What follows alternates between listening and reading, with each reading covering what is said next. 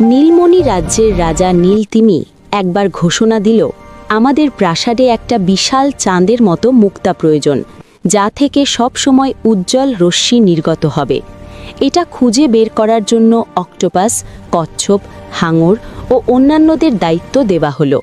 সবাই অনেক খোঁজাখুঁজির পর কচ্ছপ এবং হাঙর মিলে এই মুক্তা আবিষ্কার করল। এই নিয়ে এক আনন্দ উৎসবের আয়োজন করা হলো। হাঙর এবং অক্টোপাসকে প্রাসাদ সাজানোর দায়িত্ব দেওয়া হলো।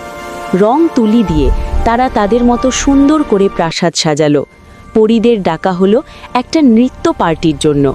তারা এসে এই সুন্দর নৃত্য অনুষ্ঠান পরিচালনা করলো।